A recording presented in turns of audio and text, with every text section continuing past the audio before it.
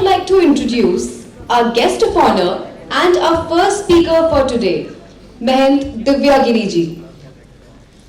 Mahant Divyagiri ji's work encompasses the definition of humanitarian efforts for change. She has successfully conducted many environmental, educational and welfare projects. Ma'am, I request you to please come and share your words.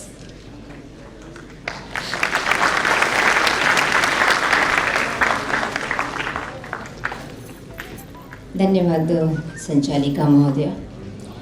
मंच पे उपस्थित मेरे सभी धर्म के धर्मगुरु,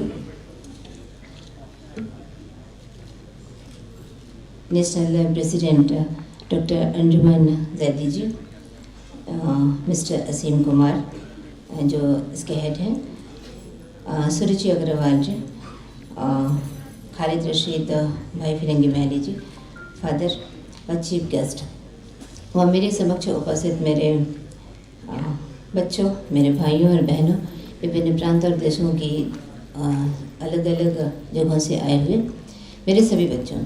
निसंदेह एक ये ऐसा मंच पहली बार जब अंजुमन जी ने मुझे बोला कि यूथ फॉर ह्यूमन राइट्स, तो मुझे अच्छा लगा, क्योंकि अक्सर जब कोई लखनऊ या बाहर में मुझे जाना होता था तो सिर्फ मानव अधिकार आयोग के थ्रू या ऐसा उनका कोई प्रोग्राम बेस होता था, उसमें जाना होता था। थोड़ा सा कष्ट होता था कि समाज में जो हमारी विसंगतियां हैं, जो बीच बीच में अक्सर होती रहती हैं, वो चाहे महिला हिंसा को लेके हो या और दूसरा कोई काज हो, तब हम सुनते थे कि राष्ट्रीय मानव अधिकार आयोग ने ऐसा कहा। थोड़ा सा कष्ट होता था कि चूँकि जब द्वितीय विश्व युद्ध हुआ और उसके बाद में 48 देशों ने एक चार्टर पे मानव जाति के जो संरक्षण हेतु जो नियम होते हैं उनके बचाव के लिए जो उस पर साइन करने के बाद मुझे लगता है 1993 में जब ये अच्छे से वर्क करने लगी होगी संस्था, तो थोड़ा थोड़ा जब कहीं ऐसी कोई बात आती थी तो ही सुनाई पड़ता था। पहली बार मुझे लगा कि यूथ को शामिल किया गया है और उनकी हित की कुछ बातें रखी गई हैं। पहले चूँकि बच्चे हैं हमारे समक्ष, और अगर वो अभी से अपने अधिकारों के प्रति सचेत होते हैं तो मुझे लगता है उनका बहुत बड़ा जीवन है, और बीच बीच में उनको सहयोगी के रूप में ये अधिकार मालूम ही होने चाहिए। जैसे इस बुक पे जब आप पूरा पढ़ेंगे तो 29 पे एक है रिस्पॉन्सिबिलिटी। मुझे लगता है शिक्षा ही एक ऐसा हम लोगों का अधिकार है और ऐसा एक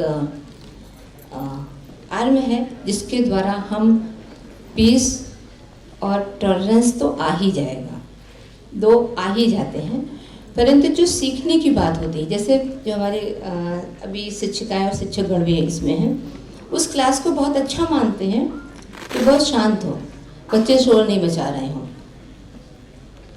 ये तो हमारी संस्कृति कभी रही नहीं, भारतीय संस्कृति कभी नहीं थी।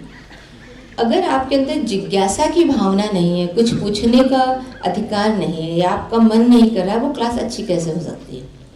यानी आप कुछ सीखने की ओर प्रवृत्त नहीं हैं।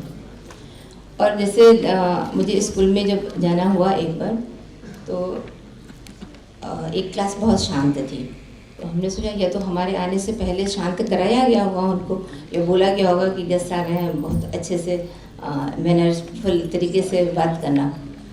तो मैंने क्लास में पूछा, अच्छा मैं यही पूछ लेती हूँ, पूछ सकती हूँ आपके बच्चों से, इस रो में हाथ सिर्फ खड़ा कर देना, सबसे शैतान बच्ची कौन सी है?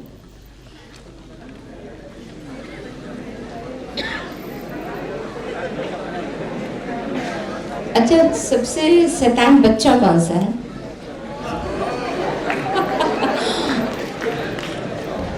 देखिए, ये अपने अधिकार के प्रति सचेत होने की भावना है। अगर आप सत्य स्वीकार कर सकते हैं तो आपके अंदर शांति और सहने की भाव अपने आप आ जाएगा। और जिन्होंने ये स्वीकार कर लिया कि हम शैतान हैं, सच में उन्होंने सत्यता को ग्रहण किया है।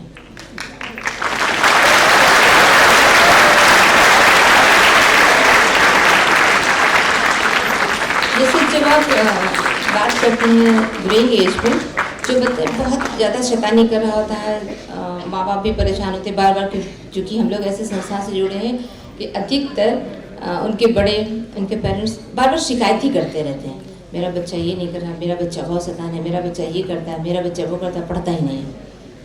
यानी वो सब कुछ जो समाज के अंदर हो रहा है वो उसको सीखने और समझने की जो उसकी क्षमता है ना, वो उसकी शैतानी के रूप में दिख रही होती है। तो हम कहते हैं वो उसकी एज ऐसी, उसको शैतानी करने दिया करिए।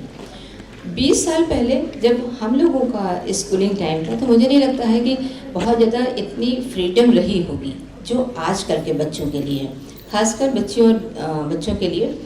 चूँकि अंजुमन ने इतनी मेहनत करी है, ह्यूमन राइट्स क्या है खूब अच्छे से खूब पढ़िए, खूब अच्छे से जानिए, खूब थ्योरी को अच्छे से याद कर लिए, परंतु जो प्रैक्टिकल आपके जीवन का है वो आपको यहाँ से कुछ ले जाने की आवश्यकता है। आप बहुत अच्छे से हर चीज़ को मैनेज कर सकते हैं, क्योंकि ये आपके अंदर जो एक अपार ऊर्जा है और असीम ऊर्जा है जो कभी ना नष्ट होने वाली है। आप ले ज़रूर जाएं, परंतु ये इतना ज़रूर मान लें कि जो हमारे पेरेंट्स हैं और उन्होंने शायद जब हम तीनों टाइम को अपने देते हैं, हमने 3 समय देखे हैं। हमारी नानी जी भी हैं, हमारी मदर भी हैं और हमने अपने भी इतने वर्ष की उम्र को देखा है बहुत अच्छे से। तो हमें तो तीनों में से जितना नानी जी ने नहीं पाया होगा उतनी माँ ने पा लिया, और उससे भी कहीं ज़्यादा हमने पा लिया। Today is the best time. आप बिल्कुल ये ना कहें कि आप ये नहीं कर सकते हैं, ये नहीं जान सकते हैं, ये नहीं करना चाहिए, या ये आपके सामर्थ्य में नहीं है। आप वो सब कुछ कर सकते हैं जो आप चाहते हैं। सिर्फ एक बात याद रख के जाएंगे यहाँ से, चूँकि मैंने क्षमा भी प्रार्थी हूँ आप सबसे, क्योंकि टाइम के अनुसार हम आपको वो सब कुछ नहीं दे पा रहे हैं। 1 या 2 लाइन में आपको समझा के मुझे जाना होगा, क्योंकि मुझे झांसी में एक प्रोग्राम है, वो 6 बजे से मुझे वहाँ पे अटेंड होना ही है। आप अधिकारों को जानें, पर उसके पीछे के कर्तव्यों को भी समझें। आपके माता पिता ने बहुत संघर्ष किया होगा आपको इंटर या ग्रेजुएशन तक ले जाने के लिए। अगर वो आपका सहयोग नहीं करेंगे, वो आपके अपने उत्तरदायित्व को नहीं समझते, तो आप पढ़ नहीं पाते। बाकी आदमी एक आम लैंग्वेज में कहता है हम अकेले आए अकेले जाएंगे, ऐसा नहीं होता है। 2 मिलते हैं और 4 ले जाते हैं, तो जाते हैं। उसके बीच की जो यात्रा होती है, अथाह मेहनत होती है हमारे बड़ों की, उनकी रिस्पॉन्सिबिलिटी होती है। तो आप जो हमारा अनुच्छेद 29 है रिस्पॉन्सिबिलिटी, वो मुझे सबसे अच्छा लगा, क्योंकि हर अधिकार एक कर्तव्य के पीछे का जुड़ा होता है। आप सब लोग बहुत अच्छे से, बहुत जो भी आप चाहते हैं करना, उसमें आगे बढ़ें। और अपने समाज में जो घटित हो रहा है, बहुत बार ऐसा होता है जब हमारे सामने कुछ सड़क पे कुछ भी ऐसा होता है अमानवीय जो होगा, अगर हम उस पर नहीं बोलते हैं तो ये बोलने के अधिकार में है। आपको रिएक्ट करना आना चाहिए, उस पर आवाज़ उठानी आनी चाहिए।